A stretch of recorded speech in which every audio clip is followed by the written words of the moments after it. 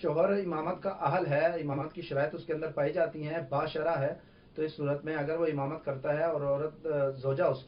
اس کی اقتداء میں نماز پڑھتی ہے تو پڑھ سکتی ہے، عورت پیچھے کھڑی ہو جائے، مرد آگے کھڑا ہو جائے اور وہ جماعت کے ساتھ نماز پڑھ لیں تو انشاءاللہ ان کو جماعت کا ثواب ملے گا۔ لیکن یہ ضرور خیال رکھیں کہ مرد وہاں جماعت کروا رہا ہے تو کیا مسجد محلہ کی جماعت اولیٰ اس پر واجب ہے یا نہیں۔ اگر مسجد محلہ کی جماعت اولیٰ اس کے پر واجب ہے تو پھر اس صورت میں اس کو چھوڑ کر گھر میں نماز پڑھنے کی وجہ سے واجب کا تارک کہلائے گا، گناہ گار کہلائے گا، اس صورت میں اس کے لیے ثواب نہیں بلکہ گناہ ہوگا۔ اور اگر مسجد محلہ کی جماعت اولیٰ